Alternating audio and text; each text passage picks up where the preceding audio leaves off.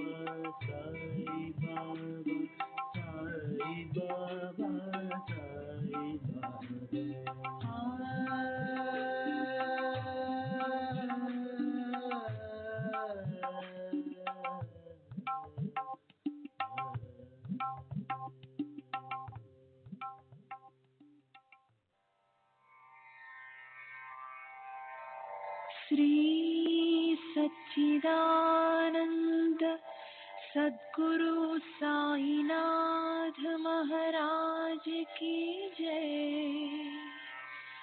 सद्गुरु श्री साईनाथुनि शरद बाबूजी की जय।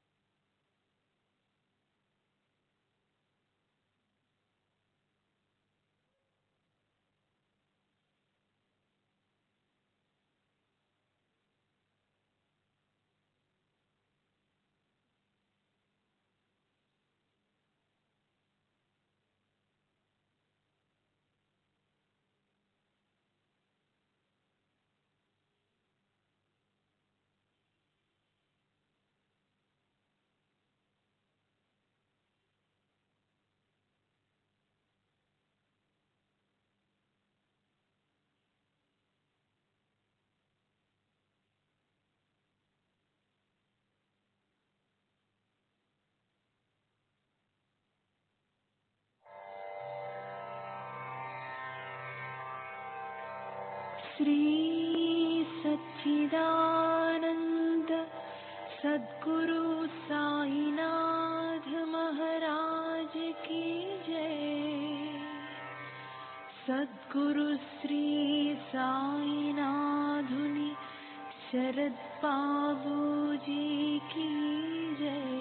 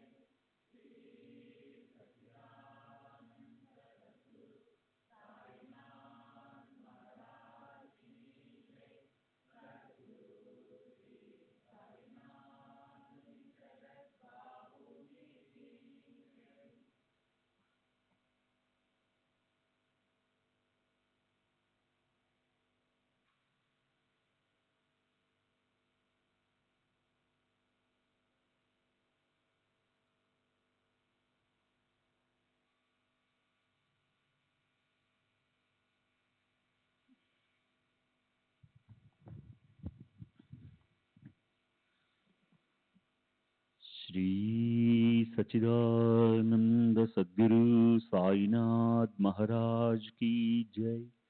सद्गुरु श्री साईनाथ शरद बाबू जी की जय। శ్రీ సాయినాథాయ నమః. శ్రీ సాయిబాబా సత్య చరిత్ర 42వ అధ్యాయానికి పరిపూర్ణ వివరణ. పై అధ్యాయంలో వర్ణించిన విధంగా తాత్యా పాటిల్ 1918 దసరా రోజున మరణిస్తాడు అని భవిష్యాన్ని చెప్పి 1916 దసరా రోజున సీమోల్లంఘన సందర్భంలో అపూర్వ క్రోధాన్ని, దిగంబరావస్థను చూపి బాబా తమ నిర్వాణాన్ని తమ హిందూ భక్తులకు సూచించారు. అలాంటి సూచనే ఆయన తమ ముస్లిం భక్తులకు కూడా ఆ ధర్మాన్ని అనుసరించి చెప్పారు. ఈ విషయం ఒక వైజాపూర్ నివాసి, అంటే ఔరంగాబాద్ జిల్లా వైజాపూర్ నివాసి ఇమాంభాయ్ చోటా ఖాన్ అనే పేరు గల బాబా భక్తుడు పరమ పూజ్య నరసింహస్వామికి 1936 సంవత్సరంలో ఇచ్చిన తన నివేదనతో మనకు తెలుస్తుంది. క్రీస్తు శకం 1918లో దేహత్యాగానికి కొద్ది నెలలకు ముందు కాసిం అనే పేరు గల బడే బాబా కొడుక్కి కొంచెం రొట్టెలు, వండిన కోడిని ఇచ్చి బాబా ఇలా అన్నారు: ఔరంగాబాద్కు పో, షంషుద్దీన్ ఫకీర్ మియాని కలిసి వీటన్నిటితో పాటు 250 రూపాయలు ఇవ్వు. అతనితో మౌలు కవ్వాలి చేయమని, అలాగే న్యాసం కూడా చేయమని చెప్పు. అంటే మౌలు అంటే మహమ్మద్ పైగంబర్ గీతాలు పాడడం, కవ్వాలి అంటే తబలా వాయిస్తూ సాధు సత్పురుషుల గానాన్ని పాడడం, న్యాసం అంటే అన్నం వండి జిన్లకు పంచడం. కాసింకి బాబా ఒక బంతిపూల దండ కూడా ఇచ్చారు. దీన్ని బన్నే మియా మెళ్ళో వెయ్యి. అతనితో నౌదిన్ నౌ తారీఖ్ అల్లా మియాని అప్నా దునియా లగాయా, మర్జీ అల్లాకి. అంటే 9వ రోజున అల్లా తాము వెలిగించిన దీపాన్ని తామే తీసుకుపోతారు, అల్లా దయ అలా ఉంది అన్నారు. దానికి కాసిం, నాకు ఔరంగాబాద్ ఎక్కడో తెలీదు అన్నప్పుడు బాబా అతనితో చోటేఖాన్ని వెంటబెట్టుకుని పొమ్మని చెప్పారు. చోటేఖాన్, కాసిం, అతని పనివాడు అమీరు, వీరు ముగ్గురు ఔరంగాబాద్ వెళ్లి స్టేషన్లో దిగారు. వారు అక్కడికి రాగానే ఫకీర్ షంషుద్దీన్, అంటే ఇతన్ని చోటేఖాన్ ఎరుగును, ఫకీర్ షంషుద్దీనే స్వయంగా వచ్చి నిలబడున్నాడు. సాయి ఫకీర్ నుండి వచ్చిన అతిథులు ఎవరు అని అతను అడిగినప్పుడు చోటేఖాన్, కాసింలు అతనికి సలాం పెట్టారు. అప్పుడు షంషుద్దీన్ ఫకీరు బాబా కాసింతో చెప్పిన మాటలు యథాతథంగా చెప్పాడు. తరువాత వీరి ముగ్గురిని అతను తన ఇంటికి తీసుకెళ్లాడు. అక్కడ కాసిం 250 రూపాయలు ఇచ్చాక అతను న్యాసం చేసి ఎంతో మందికి అన్నం వండి పెట్టాడు. రాత్రి మౌలు కవ్వాలి కూడా చేశాడు. మర్నాడు వీళ్ళిద్దరూ బన్నేమియా దగ్గరికి వెళ్ళారు. బన్నేమియా అప్పుడు ఒక చెయ్యి పైకెత్తి మరో చెయ్యి కింద పెట్టి నిలబడున్నాడు. దగ్గరున్న భక్తులు చోటేఖాన్తోనూ అతని సహచరులతోనూ బన్నేమియా దగ్గరికి వెళ్ళకండి, అతను కోపిస్తాడు అని చెప్పారు. చోటేఖాన్ వగైరాలు కొద్దిసేపు ఆగారు. కానీ తరువాత చోటేఖాన్ ధైర్యం చేసి తాను తీసుకొచ్చిన పూలహారాన్ని బన్నేమియా మెళ్ళో వేశాడు. వెంటనే బన్నేమియా ఎత్తిన తమ చేతిని దింపి ఇలా అన్నారు: 9వ రోజున 9వ తారీఖున అల్లామియా తాను వెలిగించిన దీపాన్ని తానే తీసుకెళ్తాడు, అల్లా దయ అలా ఉంది. బన్నేమియా ఆకాశం వైపు చూశాడు. అతని కళ్ళు అశ్రువులతో నిండిపోయాయి. బాబా దేహత్యాగ సమయం ఆసన్నమైందని అతనికి తెలిసి అతనికి చాలా బాధ వేసింది.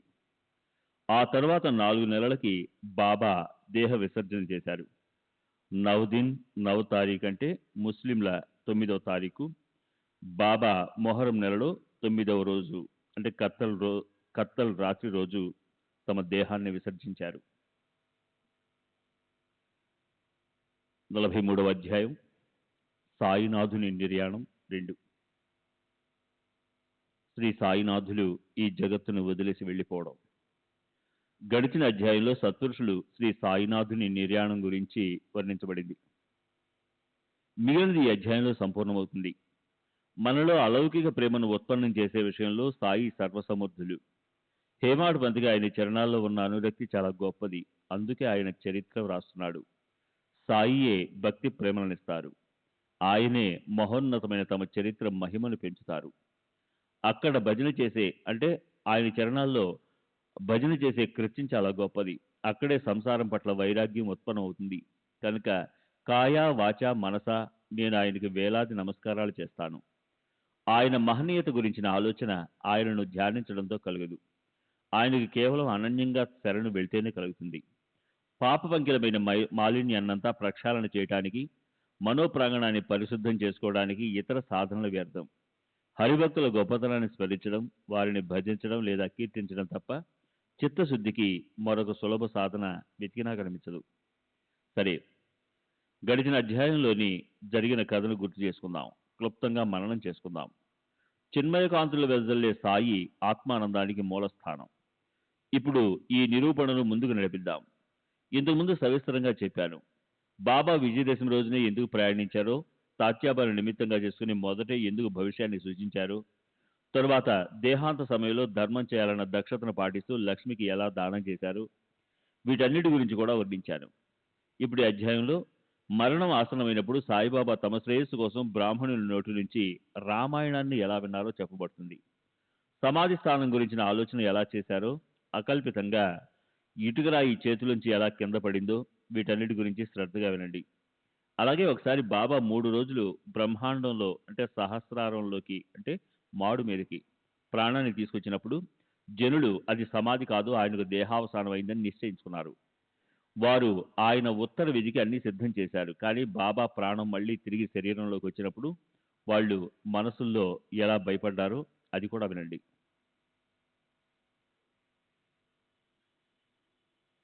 శ్రీ సచ్చిదానంద సద్గురు సాయినాథ్ మహారాజ్ की जय. सद्गुरु श्री साईनाथ धुनि शरद बाबू जी की जय.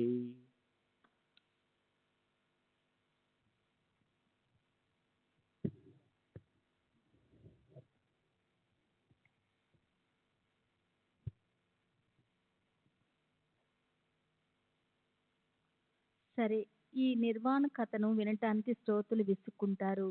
దేహావసాన వార్త ఎవరికీ మనసుకి నచ్చదు. కానీ సాధు సత్పురుల నిర్మాణము శ్రోతలని వక్తని పవిత్రులను చేస్తుంది.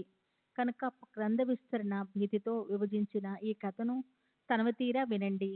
దేహం వదిలేయటం వల్ల పునర్జన్మ రహితమైన ఆత్మ సుఖం వద్ద ఉండే శ్వాస స్థితిని పొందటానికి కష్టమైన గతిని బాబా ప్రాప్తింపు చేసుకున్నారు.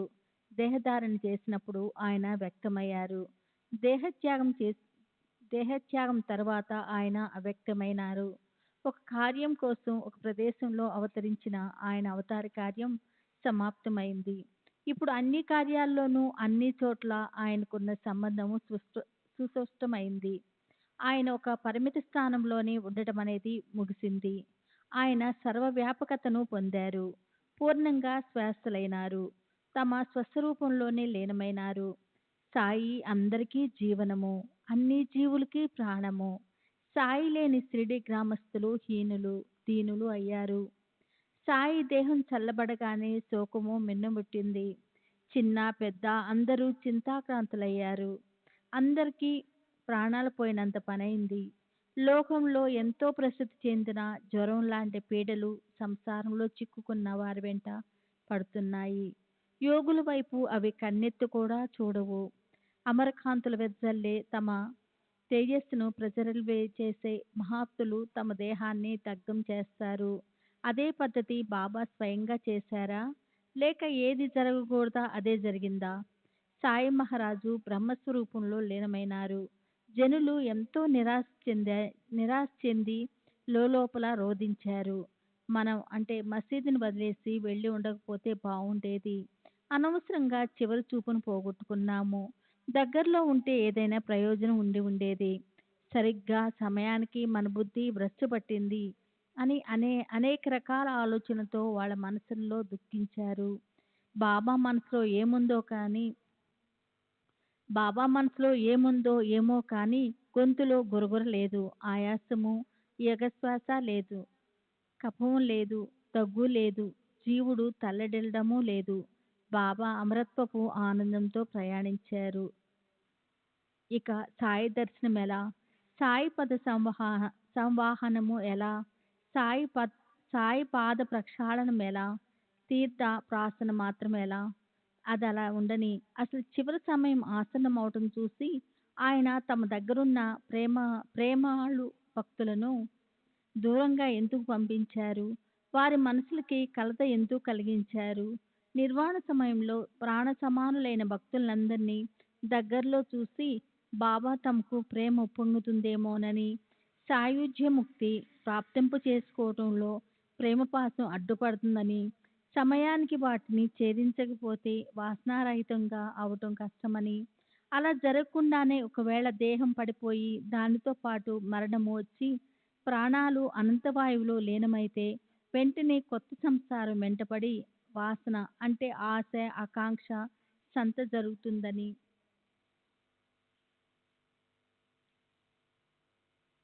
దీన్ని ఆపాలని సాధు సత్పురుషులు సదా సావధానులుగా ఉంటారు. బాబా మనసులోనూ ఈ ఆలోచనే వచ్చింది. లోకంలో ప్రసిద్ధమైన ఈ సాంప్రదాయాన్ని నెలకొల్పాలి. మరణ సమయంలో ఈ సావధానతని తాను ఉంచుకోవాలి. అందరినీ దూరంగా పంపించి ఏకాంతంలో ధ్యానం చేయవలసిన దేవుణ్ణి లేదా గురువు రూపాన్ని మనసుని గందరగోళంగా చిక్కనీయకుండా చిత్తం ఎదుటికి తీసుకురావాలంటే మొదట ఆ మనసుని శాంతింప చేయాలి. అంతే మతిహ సాగత్య. మరణ సమయంలో ఆలోచన ఎలా ఉంటుందో అలాగే మరుజన్మ లభిస్తుంది. ఈ సుప్రసిద్ధ సామెత అందరికీ తెలిసే ఉంటుంది. కనుక భగవద్భక్తులు దీన్ని స్వయంగా ఆచరణలోకి తెస్తారు.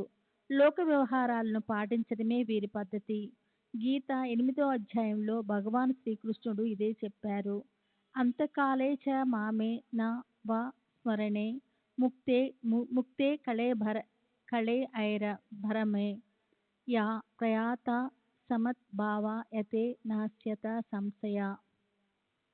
అంత్యకాలంలో నన్నే స్మరిస్తూ దేహాన్ని వదిలేవారు నా స్వస్వరూపాన్ని పొందుతారు. ఇందులో సంశయం లేదు. అంత్యకాలంలో మానవులు ఏ ఏ భావాలను అంటే మానసిక స్థితులను గుర్తు చేసుకుంటూ దేహాన్ని వదిలేస్తారో వారు ఆ మనస్థితిలోనే లీనమవటం వల్ల దాన్నే పొందుతారు. 14 రోజులు మిగిలున్నాయి. బాబా నిర్ణయించిన కాలం దగ్గర పడింది. కనుక బాబా వజే అనే ఇంటి పేరు గల ఒక భక్తుడితో రామాయణం చదివించారు. వజే మసీదులో కూర్చొని గ్రంథపారాయణం మొదలుపెట్టాడు. బాబా దాన్ని వినసాగారు. అలా 8 రోజులు గడిచిపోయాయి. తర్వాత బాబా పారాయణను ఆపకుండా చదువు అన్నారు. అప్పుడు వజే దాన్ని రాత్రింపవళ్ళు 3 రోజుల పాటు చదివాడు. ఈ ప్రకారంగా 11 రోజులు వజే పారాయణం చదివాడు.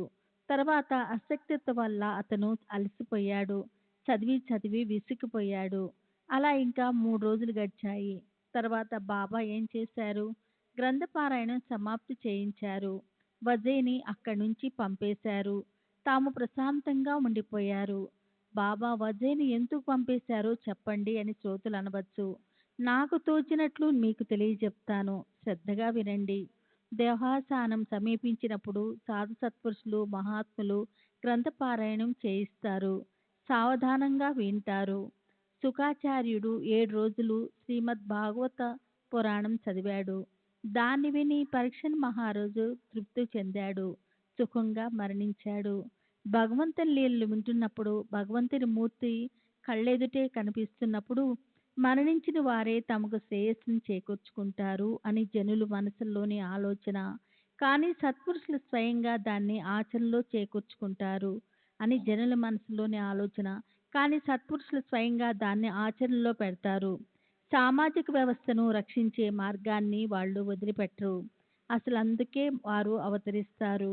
పంచి మహాభూతాలతో బంధింపబడ్డ శరీరం గురించిన విచారం ఉండని వారికి శరీరం వదిలేటప్పుడు దుఃఖశోకాల క్షోభ ఉండదు. వారి దృష్టి ఆయన నైసర్గిక లేదా మూల ప్రకృతిని అనుసరించి ఉంటుంది. శ్రీ సచ్చిదానంద సద్గురు సాయినాథ్ మహారాజ్ की जय. సద్గురు శ్రీ సాయినాథుని శరత్ బాబూజీకి జై. సరే, ఇక్కడ శ్రోతలకి సందేహం కలుగుతుంది. బ్రహ్మానందంలో సుఖించే వారు మాయామోహాలను కౌగిలించుకుంటారా? ఇలా చెప్పడం అంత సులభమా? ఆత్మస్వరూపంలో జాగృతమై ఉండి అల్లా మాలికే లక్ష్యంగా పెట్టుకున్న వారికి భక్తులు దగ్గరలో ఉండడం అభ్యంతరకరం ఎలా అవుతుంది? వారికి ఈ సంసారం ముగిసిపోతుంది. పరమార్థం కూడా అక్కడే ఆగిపోతుంది. అన్యత్వం సమూలంగా నశించిపోయి ఉంటుంది. వారు స్వయంగా స్వస్వరూపంలో లీనమై ఉంటారు. ఇదంతా అక్షరాల నిజం. ఇందులో అనుమాత్రమైన అసత్యం లేదు. కానీ సత్పురుషులు లోకంలో ఆదర్శం నెలకొల్పడానికి తమ అవతార కార్యం నెరవేర్చి కృతాకృత్యులవుతారు. మహాత్ములకి కామ, క్రోధ, లోభ, మోహ, మద, మత్సరాలనే 6 రకాల భావ వికారాలు ఉండవు. వాళ్ళు నిరంతరం అవ్యక్త స్థితిలోనే ఉంటారు. భక్తులను ఉద్ధరించడానికే ప్రకటమవుతారు. వారికి మరణం ఎక్కడిది? దేహాలు ఇంద్రియాలతో సంయోగం చెందడమే జన్మించడం, దేహాలతో ఇంద్రియాల వియోగం మరణించడం, సంసారంలో చిక్కుకోవడం లేదా దాని నుంచి విడివడడం అనే వాటి పేరే జనన మరణాలు. జన్మ వెనుక మరణం అంటిపెట్టుకొని ఉంటుంది. ఒకదాని నుంచి మరొకటి వేరుగా ఉండవు. మరణం జీవుడి స్వాభావిక స్థితి, జీవించడం అస్వాభావిక స్థితి. మరణాన్ని చంపి ఉండేవారు, కాలుడి తలపై కాలు పెట్టేవారికి ఆయు పరిమితితో ఏం పని?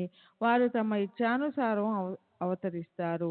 భక్తులకు శ్రేయస్సు కలిగించాలనే తీవ్ర ఇచ్ఛతో అనేక రకాలుగా అవతరించేవారు జనన మరణాలతో బంధించబడతారా? ఈ రెండు ఆలోచనలు మిథ్యే. దేహ పతనానికన్నా ముందే దేహాన్ని బూడిద చేసిన వారికి మరణ భయమేమో ఏమిటి? వారి ముందు మరణం బూడిదే. మరణం దేహానికి మూల స్వాభావిక స్థితి. జీవించడం దేహం యొక్క మార్పు చెందే స్థితి, అంటే మానసిక స్థిరత్వాన్ని చెరిపేసే స్థితి అని విచారశీలులైన వారు భావిస్తారు.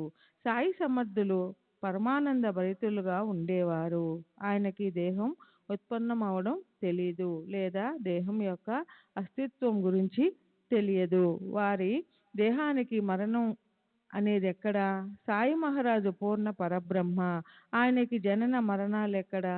బ్రహ్మయే సత్యం అనిపిస్తూ మిగిలిన జగత్తు మిథ్య అనిపించే వారికి దేహస్పృహ అనేది ఎక్కడ? వారికి ప్రాణధారణ చేయడం లేదా వదిలేయడం, అలాగే ఎవరి దృష్టిలోనూ పడకుండా పరిభ్రమించడం, ఇవన్నీ భక్తులను ఉద్ధరించడానికి యోగ సామర్థ్యంతో చేసే లీలలే. సూర్యుడికి గ్రహణం పట్టింది, అందుకే అతను పూర్తిగా అదృశ్యమయ్యాడు అని లోకులు అంటారు. కానీ ఇది కేవలం దృష్టి దోషమే. అలాగే మహాత్ముల మరణం కూడా. మహాత్ములకి దేహం బాధాకరం అనిపిస్తుంది. మానసిక శారీరక దుఃఖాలతో వారికి ఏం పని? అదృష్టవశాత్తు ఏదైనా ఆది వ్యాధులు వచ్చినా అవి వారికి అంటవు. భక్తులు పూర్వజన్మలో సంపాదించిన పుణ్యం వల్ల అవతరించి అవ్యక్త అవస్థలో భక్తితో సంపన్నులైన ఆయన భక్తులకు సాయం చేయడానికి ప్రకటమై వెంటనే సీడీలో కనిపించారు. ఇప్పుడు భక్తుల కోసం వచ్చిన పని అయిపోయిందనడానికే వారు దేహాన్ని విసర్జించారు. కానీ ఈ మాటలను ఎవరు నమ్ముతారు? యోగులకు ఈ జగత్తు నుంచి వెళ్ళడం, మళ్ళీ జన్మించడం ఉంటుందా? ఇచ్చ మరణంతో సాయి సమర్థులు తమ దేహాన్ని యోగాగ్నిలో దగ్ధం చేశారు. స్వయంగా అవ్యక్తంలో లీనమైనారు. భక్తుల హృదయాలలో కూర్చున్నారు. ఎవరి కేవల నామస్మరణతో మరణం అనే మాటే మిగలదో వారికి మరణావస్థ అనేదెక్కడ? వారు పూర్వంలా తమ అవ్యక్త స్థితిని పొందారు. జడస్థితికి అతీతంగా వెళ్ళి బాబా అవ్యక్తంలో కరిగిపోయారు. కానీ అక్కడ కూడా స్వస్వరూపంలో స్థితులై భక్తులను ఆయన సదా మేల్కొల్పుతారు. చైతన్యంతో తొణికిసలాడుతూ భక్తుల హృదయాలలో శాశ్వతంగా ఉండిపోయిన ఆయన ఆ దేహం మరణించిందని అనొచ్చా? మనస్సుకి మాట నచ్చదు. కనుక అనాది అనంతులైన సాయి విశ్వ ప్రళయ కాలంలో కూడా జీవించి ఉంటారు. జనన మరణ సంకటంలో ఎన్నటికీ పడరు. జ్ఞానేశ్వరి మహారాజు మరణించారా? 300 సంవత్సరాల తర్వాత మళ్ళీ దర్శనమిచ్చారు. ఏక్నాథ్ మహారాజుని కలిసి వచ్చి జగత్తుకి మరింత ఉపకారం చేశారు. అలా కృపావంతులైన ఏకనాథ మహారాజు పైఠాన్లోను, తుకారాం మహారాజు దేహువులోను, నరసింహ సరస్వతి గాన్గాపూర్లోను, సమర్థ రామదాసు పర్లీలోను, అక్కలకోట స్వామి అక్కలకోటలోను, మాణిక్య ప్రభు హునుమనాబాద్లోను ప్రసిద్ధి చెందారు. అలాగే ఈ సాయి షిరిడీలో ప్రసిద్ధి చెందారు. మన మనసుల్లో ఉన్న శ్రద్ధను బట్టి మనకి ఈరోజు ఇక్కడ అనుభవం కలుగుతుంది. ఎవరికి అలా అనుభవంతో సిద్ధించిన ప్రభావం ఉంటుందో ఆయనకి మరణం ఎలా ఉంటుంది? భక్తుల కార్యాల్లో సాయం చేసే సాయి షిరిడీలో తమ దేహాన్ని ఉంచేశారు. కానీ ఆయన జగత్తులోని సమస్త స్థావర రంజంగమ వస్తువుల్లో స్వస్వరూపంలో నిండి ఉన్నారు. మనసుకి సంకల్పం కలిగినప్పుడు అవతారం ధరించగల సమర్థులైన సత్పురుషులు స్వభావత స్త్రీ గర్భాశయం లేకుండానే ప్రకటమవుతారు. మూర్తీభవించిన బ్రహ్మస్వరూపులైన అలాంటి పుణ్యాత్ములు పరోపకారం చేయడానికి అవనిపై అవతరిస్తారు.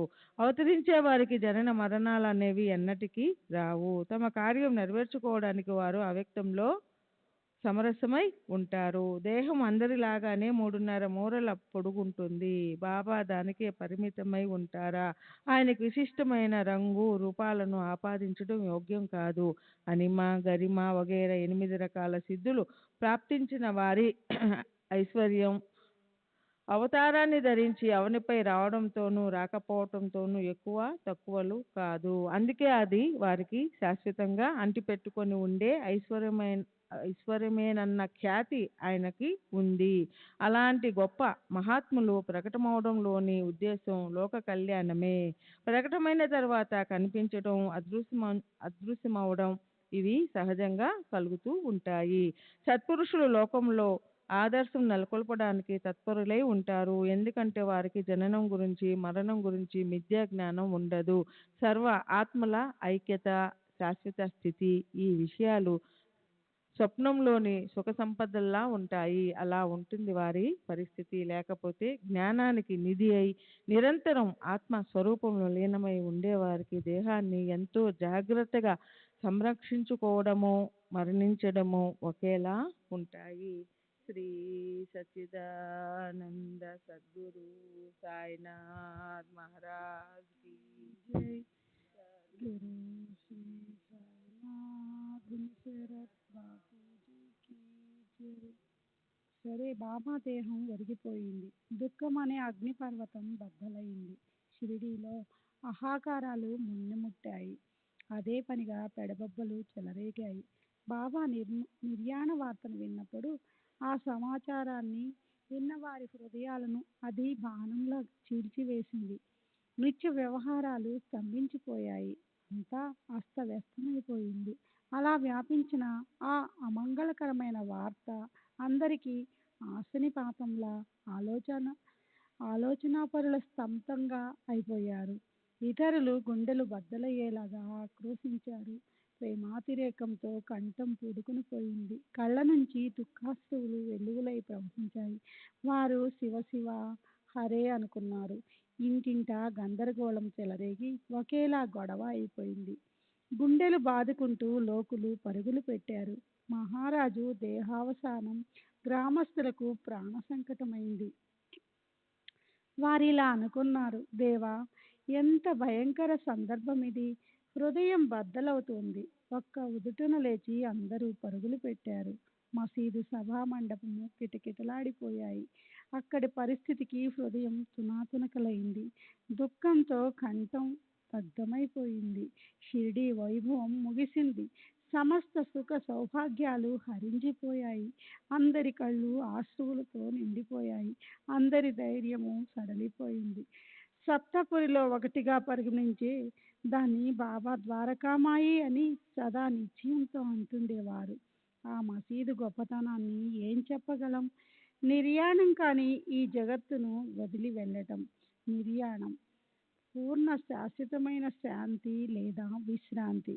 కానీ నిందనం కానీ ద్వారకా సాయుధ్య ముక్తి స్థానం. ఈశ్వరుడు సతత ధ్యానం ఉండేవారిక్కడికి స్థానం లభిస్తుంది.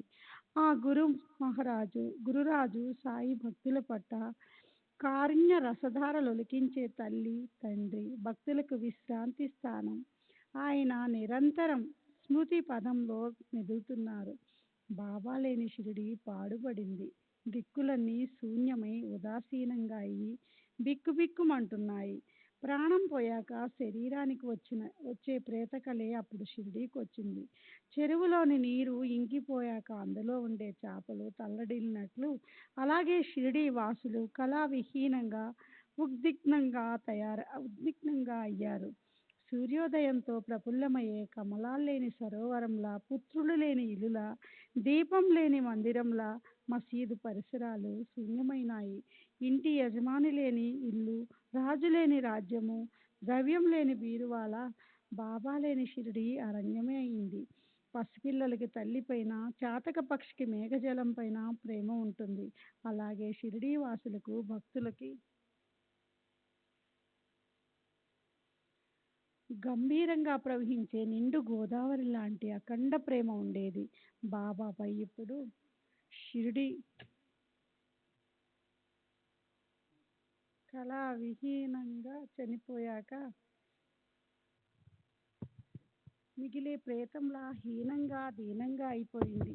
నీరు లేని చేపల్లా జనులు తల్లడిల్లిపోయారు. భర్త వదిలేసిన భార్యకి, తల్లిని వదిలేసిన పాలు త్రాగే చిన్నారి పసిపాపకు, ఆవు నుంచి తప్పిపోయిన దూడకు ఎలాంటి స్థితి కలుగుతుందో అలా అయింది.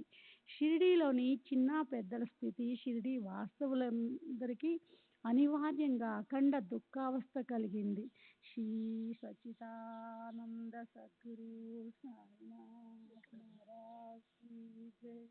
సద్గురు శ్రీ సాయినాథ్ శరత్ బాబూజీకి జై.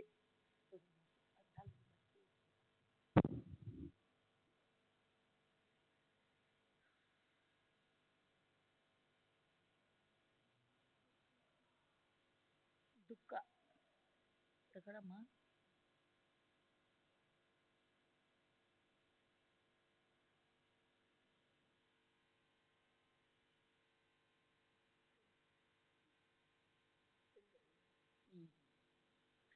శ్రీ సచిదానంద సద్గురు సాయినాథ్ మహారాజ్ की జై.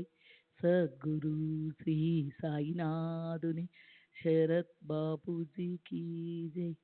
భర్త వదిలేసిన భార్యకి, తల్లిని వదిలేసిన పాలు త్రాగే చిన్న పసిపాపకి, ఆవునిచ్చి తప్పిపోయిన దూడకి ఎలాంటి స్థితి కలుగుతుందో అలా అయ్యింది షిరిడిలోని చిన్న పెద్దల స్థితి.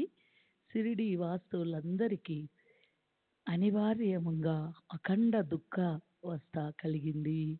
వారు వీధుల్లో చెల్లా చెదురుగా అన్ని వైపులా పరుగెడుతూ అల్లకల్లోలమయ్యారు.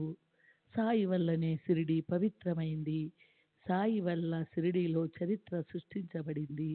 సాయి వల్ల షిరిడి మహాపుణ్యక్షేత్రమైంది. సాయిబాబా సర్వులకి రహస్యమైన రాగగంధ విములు పంచే ఆశ్రమ స్థానమయ్యారు. ఆ దుఃఖ వాదల జలాన్ని తట్టుకోలేక కొందరు గుండెలు బద్దలయ్యేలా గట్టిగా విలపించారు. కొందరు అక్కడ కింద పడి దొర్లారు. కొందరు స్పృహ తప్పారు. ఈ ప్రకారంగా జనులు అఖండ దుఃఖ సాగరంలో మునిగిపోయారు. కాసుల కొలసుల నుంచి దుఃఖ స్రువులు చెల్లువలై ధారగా కారుతుండగా స్త్రీ పురుషులు ఉద్విగ్నులై అన్న వస్త్రాలను మానేసి అదైన్యంగా అయ్యారు. బాబా స్థితి చూసిన గ్రామస్తుల దుఃఖానికి అవధులు లేకుండా పోయింది. ఆవాల వృద్ధులు భక్తులు మనసుల్లో అత్యంత అశాంతి చెలరేగింది. ఎక్కడ వినటానికి అనురాగమయ్యే దశభరితమైన అమృతత్వపు కథ ఉంటుందో, ఎక్కడ ప్రతిరోజు అనేక రకాల అనంత ఆనందాల హరి అనుభవాన్ని వస్తుందో, ఎక్కడ తొందరగా పోవాలంటే దారి దొరికేది కాదు. ఆ మసీదు ఇప్పుడు పాడుపడిపోయి కీలహీనంగా కనిపించసాగింది. షిరిడి నిత్యము భక్తులతో నిండిపోయి అందరితో కళకళలాడుతూ ఉండటానికి మూల కారణం బాబానే కనుక ఆయన వెళ్ళిపోవటంతో గ్రామస్తులు మనస్సుల్లో కలవరి ప్రభావజనం చెలరేగింది. శ్రీ సచిదానంద సద్గురు సాయినాథ్ మహారాజ్ కీ జై. సద్గురు శ్రీ సాయినాథ్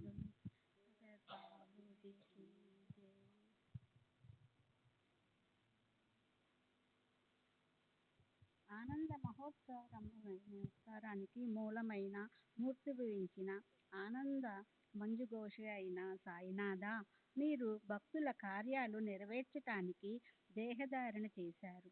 తమ సంకల్పం నెరవేరాక ఈ షిరిడీలో మీరు దేహాన్ని త్యజించారు. మనసులో మల్లగుల్లాలు పడే మాకు మీరు అహోరాత్రులు అలసత్వం లేకుండా అపార కారుణ్యముతో అమలిన ఆప్యాయతానురాగాలతో హితోపదేశం చేస్తుండేవారు. కానీ బోర్లించిన కొండ మీద పోసిన నీరులా మీ ఉపదేశం పైనుంచి పైనే పోయింది. అక్కడ ఒక్క బొట్టు కూడా నిలవలేదు. మీరు ఎవరినైనా నొప్పిస్తే వెంటనే అది నాకు గుచ్చుకుంటుంది అని మీరు పదే పదే చెప్పేవారు. కానీ అది మాకు అంగీకారం కాలేదు. అలా మీ పట్ల మేము ఎంత అపరాధం చేశామో ఎవరు మీ హితోక్తులను పట్టించుకోలేదు. ఆ జ్ఞాన భంగాన్ని ప్రాయచిత్తాన్ని మీరెలా చేశారు? బాబా, వీరందరి పాపాలు పండాయా? ఇప్పుడు పశ్చాత్తాపం పడి మాత్రం ప్రయోజనం ఏమిటి? ఇప్పుడు మా భోక్తృత్వాన్ని మేమే అనుభవించాలి. దానివల్లే మాపై విసుగుతో అడ్డుగా తెరవేశారా? కాలుడు మా మీద అకస్మాత్తుగా చావు దెబ్బ కొట్టాడు. మీరు తలబాదుకుని చెప్పినప్పటికీ వినని మా నిర్లక్ష్యాన్ని చూసి మీ మనసుకి ఏహ్యత కలిగి మీరు మాపై అలిగారు. వాసవంతా సమీరం లాంటి మునపటి మీ ప్రేమనంతా మర్చిపోయారా? ఈ రోజుతో రుణానుబంధం తీరిపోయిందా? లేక ప్రేమ బీడుబడిందా? మీరింత హఠాత్తుగా పోతారని ఒకవేళ ముందే తెలిస్తే బాగుండేదేమో. జనులు మొదటే జాగ్రత్త పడి ఉండేవారు. మేమంతా సోమరితనము కౌగిట్లో మత్తులి ఉన్నాం. హాయిగా నిద్రపోయాం. చివరికి ఇలా మోసపోయాం. మేం బ్రతికి ఉన్నా చచ్చినా ఒకటే. మేము గురుద్రోహులమయ్యాము. సమయానికి ఏమీ చేయలేకపోయాము. హాయిగా కూర్చోమంటే అది కూడా చేయలేకపోయాము. ఎంతో దూరం నుండి షిరిడీ వచ్చి అనవసరముగా అక్కడక్కడ పిచ్చాపాటి మాట్లాడుతూ కూర్చునేవాళ్ళం. తీర్థక్షేత్రానికి వచ్చామని మర్చిపోయి అక్కడ కూడా ఇష్టం వచ్చినట్లు ప్రవర్తించేవాళ్ళం. జ్ఞానులు, అభిమానులు, భావార్థాలు, తార్కికులు అంటూ భక్తులు నానా రకాలుగా ఉంటారు. కానీ సాయిబాబా వారందరినీ ఆత్మస్వరూపులుగా ఒకేలాగా చూసేవారు. ఎక్కువ తక్కువలని తేడా చూపించడం ఆయనకి తెలీదు. జగత్తులో భగవంతుడు తప్ప మరో పదార్థమే కనిపించని వారికి వారి దృష్టి అలా ఉండటం వల్ల తమని కూడా వాళ్ళ వేరుగా భావించేవారు. భక్తుడు ఈశ్వరుడు, గురువు కూడా ఈశ్వరుడి నుంచి వేరు కాదు. కానీ భక్తుడు, గురువు ఇద్దరు కూడా తమ తమ స్వరూపాలను విస్మరించటం వల్ల పరస్పర భేదాలు ఉత్పన్నమవుతాయి. వస్తుత మనం ఈశ్వరులమే, కానీ పరమార్థిక రూపరేఖలను విస్మరించటం అనే లక్షణం వల్లే ఈ భేదాలు ఉత్పన్నమవుతాయి. అదే అధఃపతనం. సార్వభౌమ చక్రవర్తికి తాను భిక్షువు కోసం ఇల్లిల్లు తిరిగినట్లు కల వస్తుంది. కానీ మేల్కొన్న తర్వాత తాను తన మూలస్థితిలోనే ఉన్నట్లు అతను తెలుసుకుంటాడు. మేల్కొన్నప్పుడు ఏ పనిలో లీనమై ఉంటామో అదే స్వప్నంలో ఆగిపోతుంది. తన సొంత అనుభవంతో వచ్చే నిజమైన జాగృతి అంటేనే పూర్ణ అద్వైతములో లీనమవటం. వాళ్ళు జ్ఞానులైనా అజ్ఞానులైనా తనని ఆశ్రయించిన వారందరిపై బాబా ప్రేమ చంద్రికల కుంభవృష్టి కురుస్తుండేది. ఆయన వారిని తమ ప్రాణం కన్నా ఎక్కువగా భావించేవారు. అక్కడ కొంచెం కూడా భేదం ఉండేది కాదు. ఆయన మానవ రూపంలో ఉన్న దేవుడనే అనుభవం కలిగినప్పటికీ వాళ్ళు ముద్దు ముచ్చట్లు తీర్చడం వల్ల ఆ భక్తులంతా వివస్వతంతో బలైపోయారు. కొందరికి ఆయన ధన సంపత్తి ఇచ్చారు, కొందరికి సంసారిక సుఖాన్ని సంతతిని ఇచ్చారు. దానివల్ల వారంతా మోహంలో పడిపోయి జ్ఞాన ప్రాప్తిని పోగొట్టుకున్నారు. బాబా ఎప్పుడైనా ఎవరితోనైనా కలిసి నవ్వితే దాన్ని ఇతరుల మీద చూపించలేదని, తమ మీదే బాబాకి అలౌకిక ప్రేమ అని వాళ్ళు దేహంతో అహంకారం వచ్చేది. అదే ఎవరి మీదైనా బాబా కోపంతో మాట్లాడితే వాళ్ళిలా అనేవాళ్ళు, వాళ్ళంటే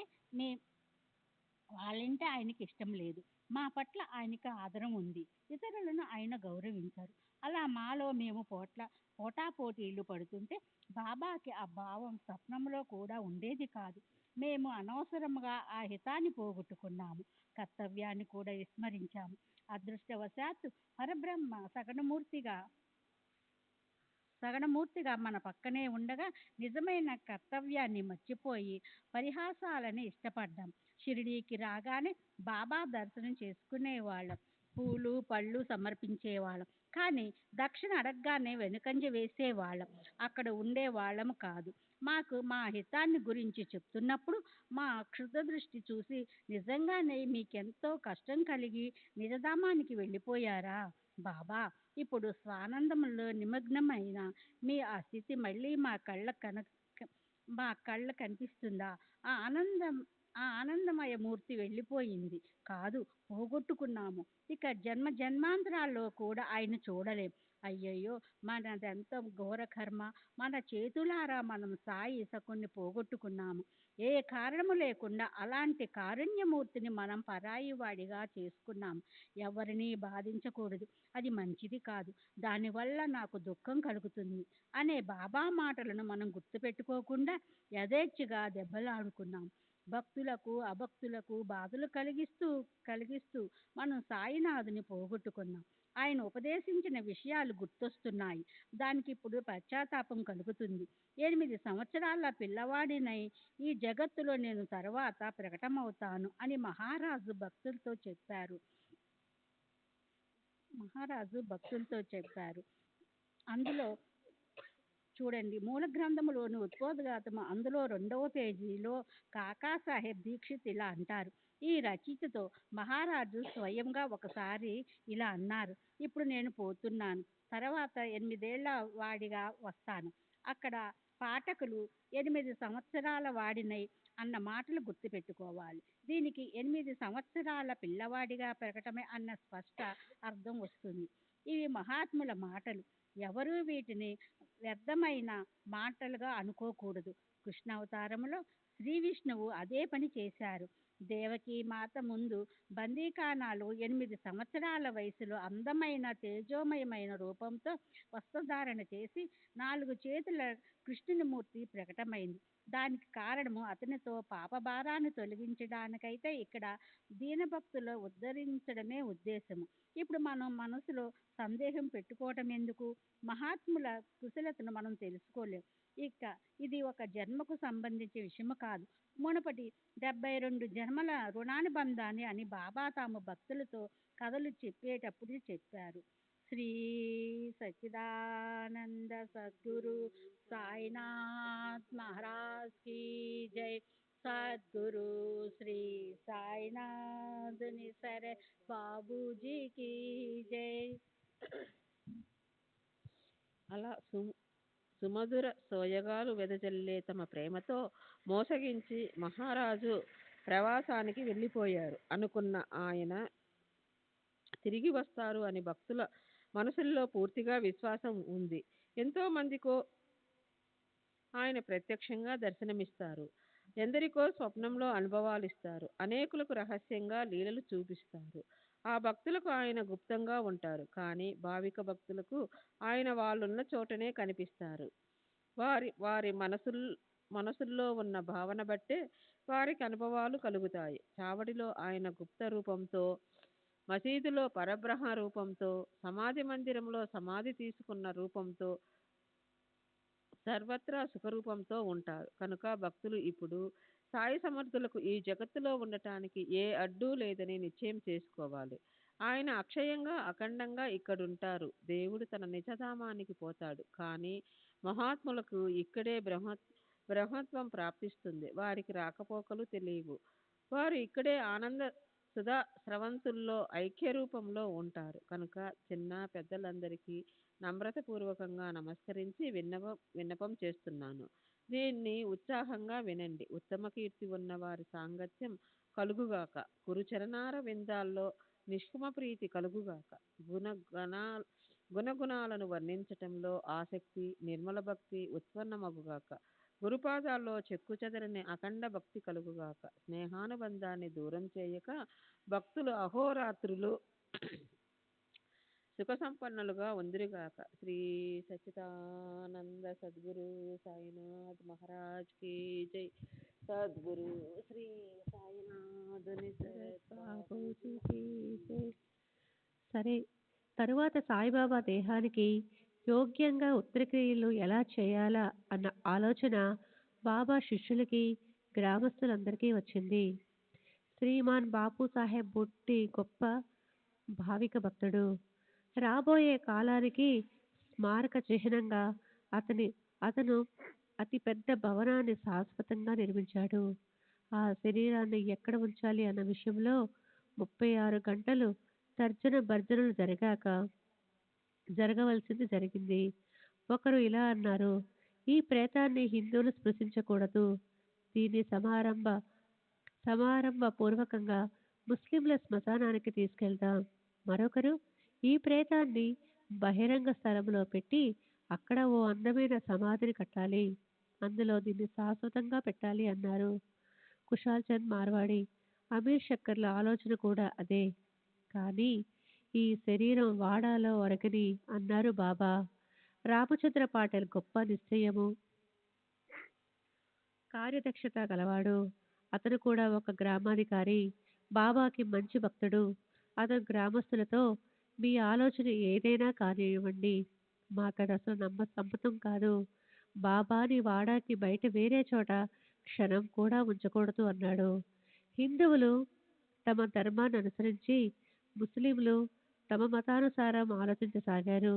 ఏది యోగ్యమో ఏది కాదో అన్న దాని గురించిన చర్చ రాత్రంతా జరుగుతూనే ఉంది. ఇటువైపు లక్ష్మణమామ తన ఇంట్లో గాఢ నిద్రలో ఉన్నప్పుడు తెల్లవారుజామున బాబా అతని చేయి పట్టుకుని ఇలా అన్నారు, లే, వెంటనే పద, ఈరోజు బాపు సాహెబ్ జోగ్ రావటం లేదు, నేను మరణించాలనుకుంటున్నాడు అతను. నిత్యాచా తూచా, పూజతో పాటు నీవు నా కాకడ హారతి ఇవ్వు. ఇది విని వెంటనే ఎప్పటిలాగే పూజ సామాగ్రి తీసుకొని లక్ష్మణమామ సరిగ్గా సమయానికి మసీదుకొచ్చాడు. పూజ చేయడానికి సిద్ధమయ్యాడు. అతను షిరిడీలో గ్రామస్తులకు జ్యోతిషం చెప్తాడు. అతను పంచాంగం చదివి ముహూర్తాలు పెట్టే పండితుడు. మాధవరావుకి అతను స్వయాన మేనమామ. ప్రతిరోజు ప్రాతకాలంలో అతను బాబాకి పూజ చేసేవాడు. మామ గొప్ప కర్మఠుడైన బ్రాహ్మణుడు. తెల్లవారుజామునే స్నానం చేసి ఉతికిన దుస్తులు ధరించి అతను బాబా దర్శనం చేసుకునేవాడు. ఆయన పాదాలు కడిగి గంధాక్షతలు వేసి పూలు తాంబూలము తులసి అర్పించి ధూప దీప నీరాంజస నైవేద్యాలు సమర్పించి దక్షిణ ఇచ్చేవాడు. ప్రార్థనాపూర్వకంగా సాష్టాంగ నమస్కారం చేసి బాబా ఆశీస్సులు తీసుకున్న తర్వాత అందరికీ గంధం బొట్టు పెట్టి ప్రసాదమిచ్చి అప్పుడతను వెళ్ళిపోయేవాడు. అక్కడి నుంచి తర్వాత అతను గణపతి, శని, శివుడు, అంజనీపుత్రుడైన మారుతీలను పూజించేవాడు. ఈ ప్రకారంగా గ్రామంలోని దేవతలందరినీ జోషిబువా పూజించేవాడు. కనుక ఆ బాబా ప్రేతాన్ని కూడా అతను ఉప్పొంగే ప్రేమభావంతో పూజించాడు. మామ అసలే నిష్ఠాగరిష్ఠుడు. అందులోనూ అతనికి సాక్షాత్తు కలొచ్చింది కనుక చేతిలో కాకడ హారతి తీసుకొని అతను వచ్చాడు. బాబాకి సాష్టాంగ నమస్కారం చేశాడు. ఆయన మొహం మీద కప్పిన వస్త్రాన్ని తొలగించి బాబాని ప్రేమపూర్వకంగా దర్శనం చేసుకున్నాడు. ఆయన కాళ్ళు చేతులు కడిగి శుద్ధ ఆచమనీయం ఇచ్చి యథావిధిగా పూజను పూర్తి చేశాడు. మౌల్వీ మొదలైన ముస్లింలు ఆయన స్పృశించవద్దని చెప్పినా కానీ మామ వారి మాట వినలేదు. బాబాకి గంధం పూశాడు. పూజను పూర్తి చేశాడు. కళేబరమే అయినా అది సాయి సమర్థులది, తమ ఆరాధ్య దైవానిది. అది హిందువుదా లేక ముస్లిందా అన్న ఆలోచన మామాకి కల్లో కూడా లేదు. ఆ పూజ్య శరీరం జీవించి ఉన్నప్పుడు ఆ పూజ ఎంత సమారంభంతో జరిగేది. అది ఇప్పుడు ప్రేతమైందని పూజా వైభవం కేవలం ఔపచారిక పైపైన లేదా వివరంగా కాకుండా కాలేదు. అందులోనూ ప్రస్తుతం బాబా స్థితిని చూసి మామ అసలే దుఃఖంతో ఖిన్నుడై ఉన్నాడు. పునర్దర్శనం దుర్లభమని అనుకుంటూ చివరి పూజ చేయటానికి అతను వచ్చాడు.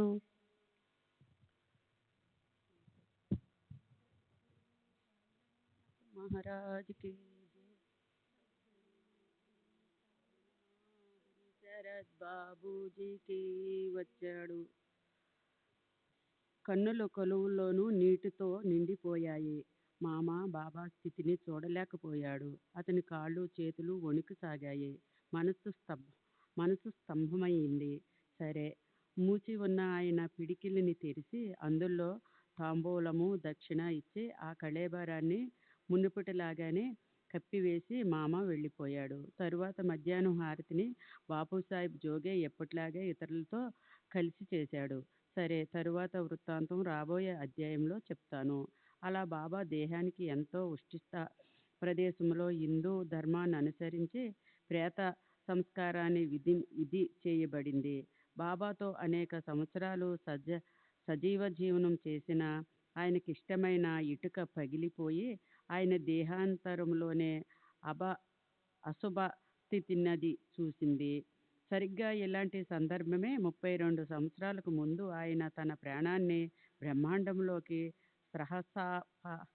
సహసారం తీసుకువెళ్ళినప్పుడు వచ్చి ఉంటే ఎలాంటి కఠిన అవస్థ ప్రాప్తించి ఉండేదో, భక్త మహల్సాపతి ఎలా అహోరాత్రులు బాబాను కాపాడాడో, అందరూ ఆశలకు నీళ్లు వదిలేసినప్పుడు బాబా ఎలా లేచారో అదంతా తరువాత అధ్యాయంలో చెప్పబడుతుంది.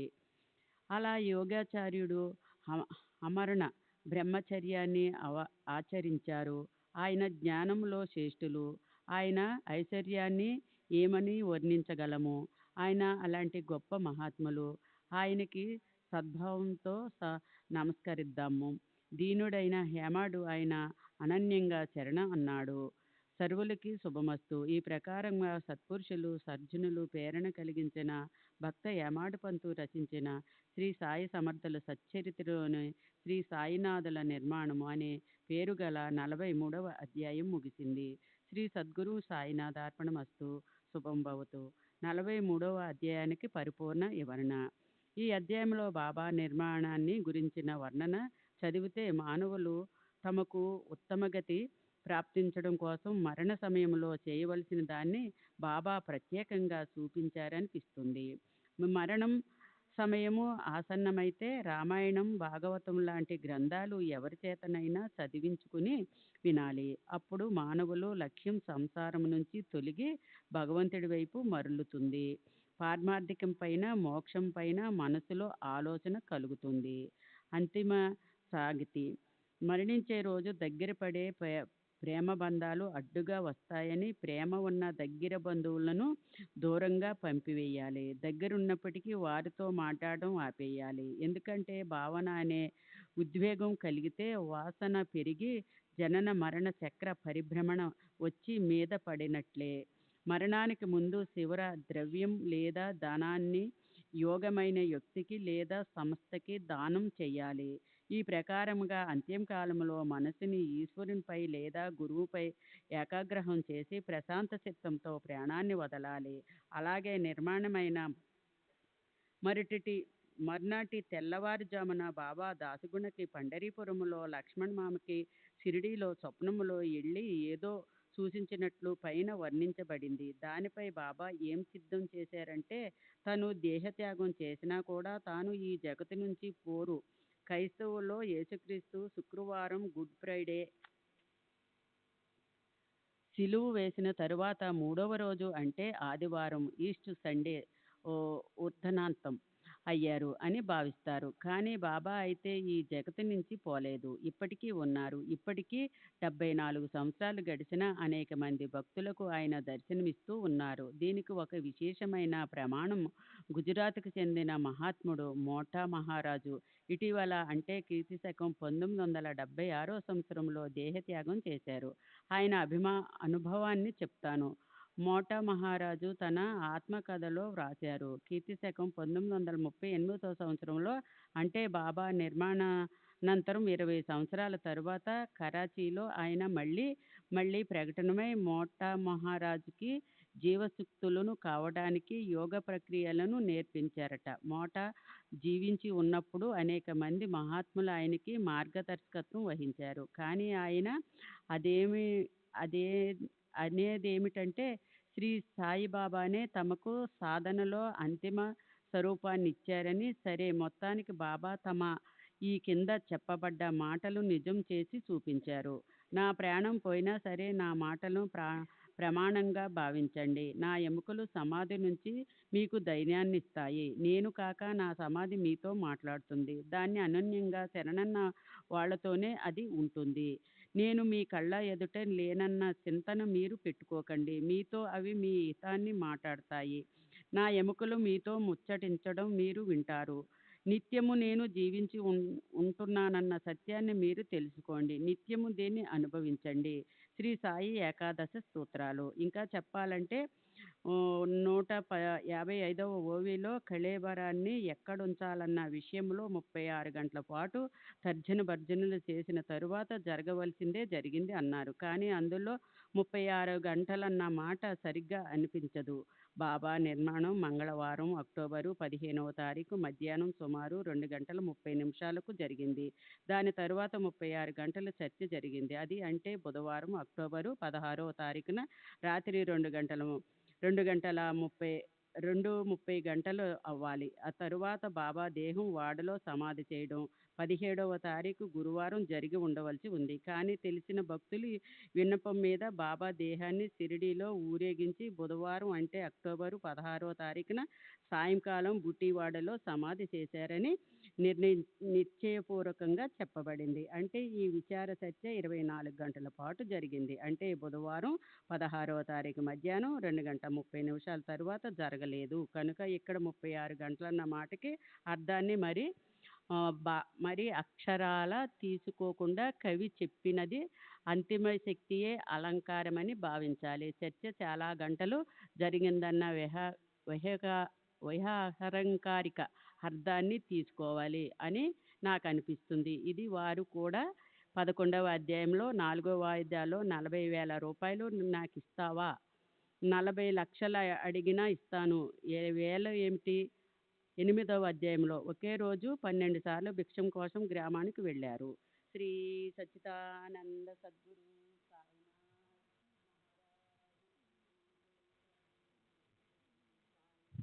ఆదుని శరత్ బాబూజీ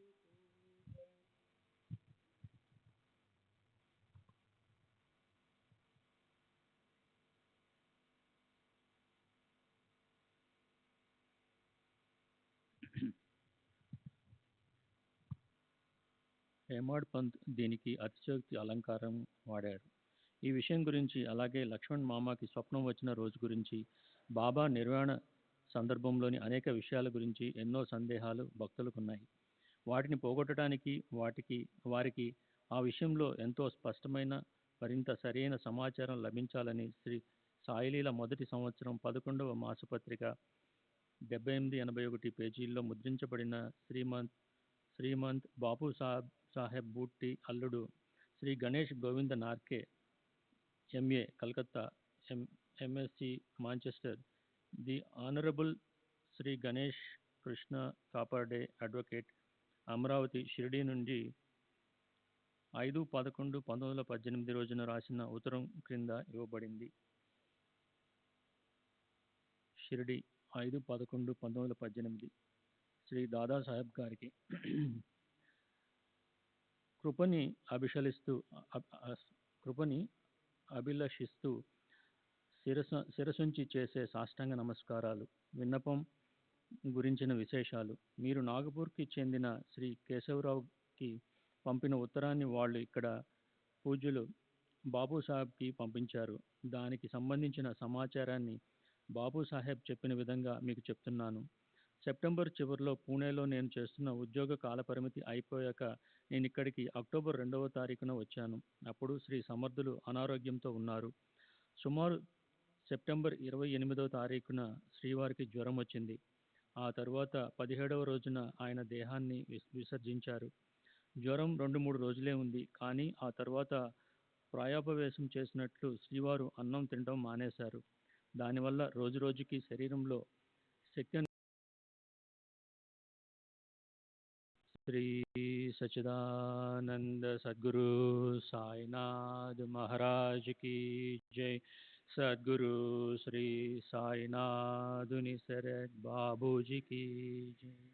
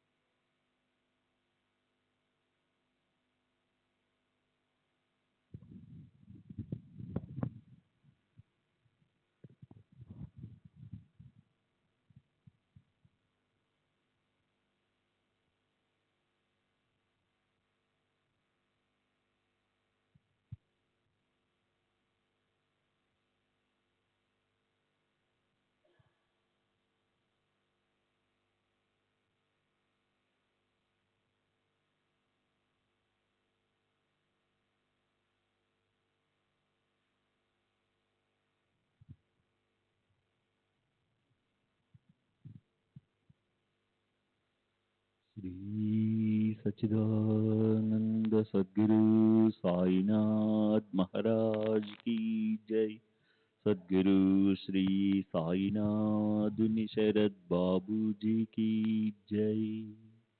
साई रहम नजर करना, बच्चों का पालन करना। साई रहम नजर करना, बच्चों का पालन करना। जाना तुमने जगत पसारा, सब ही झूठ जमाना।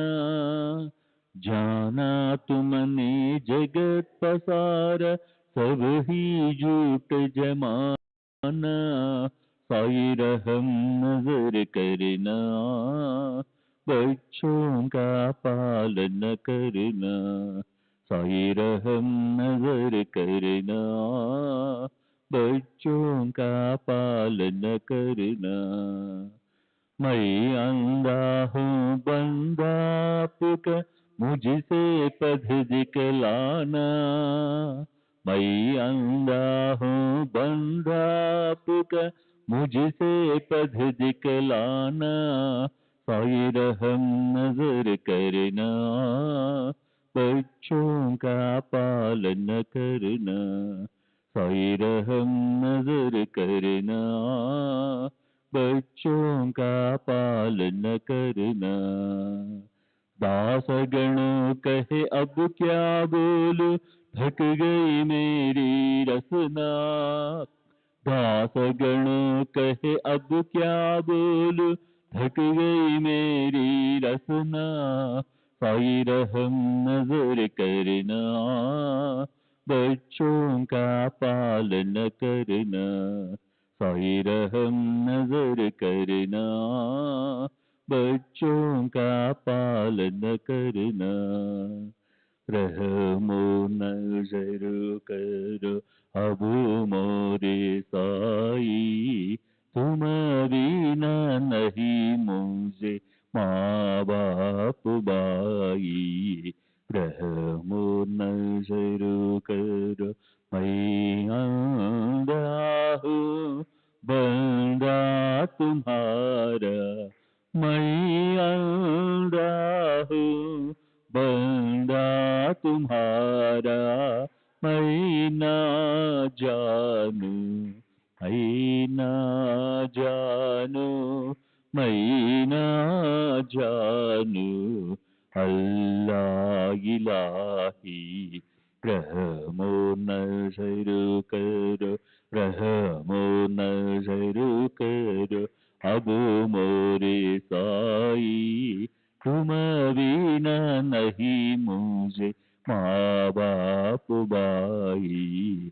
रहमो नजर करो काली जमाना, मैंने गमाया। काली जमाना मैंने गमाया। साथी आखिर का, साथी आखिर का, साथी आखिर का तुम बिना कोई। रहमो नजर करो, रहमो नजर करो अब मोरे साई। तुम बिना नहीं मुझे माँ बाप बाई। रहमो नजर करो अपने मस्जिद का झाड़ू गड़ो है। अपने मस्जिद का झाड़ू गड़ो है। मालिक हमारे, मालिक हमारे, मालिक हमारे तुम बाबा साई। रहमो नजर करो, रहमो नजर करो अब मोरे साई। तुम बिना नहीं मुझे माँ बाप बाई। रहमो नजर करो। श्री सच्चिदानंद सद्गुरु साईनाथ महाराज की जय। सद्गुरु श्री साईनाथ शरद बाबू जी की जय।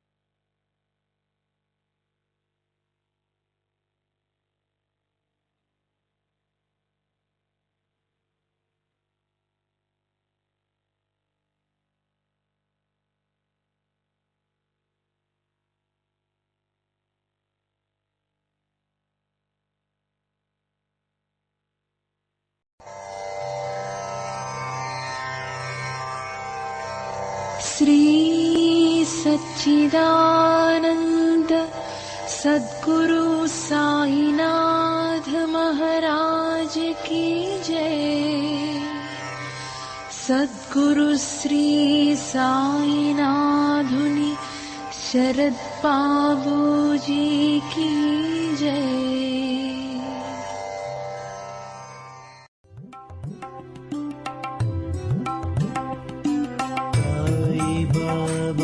Sai Baba,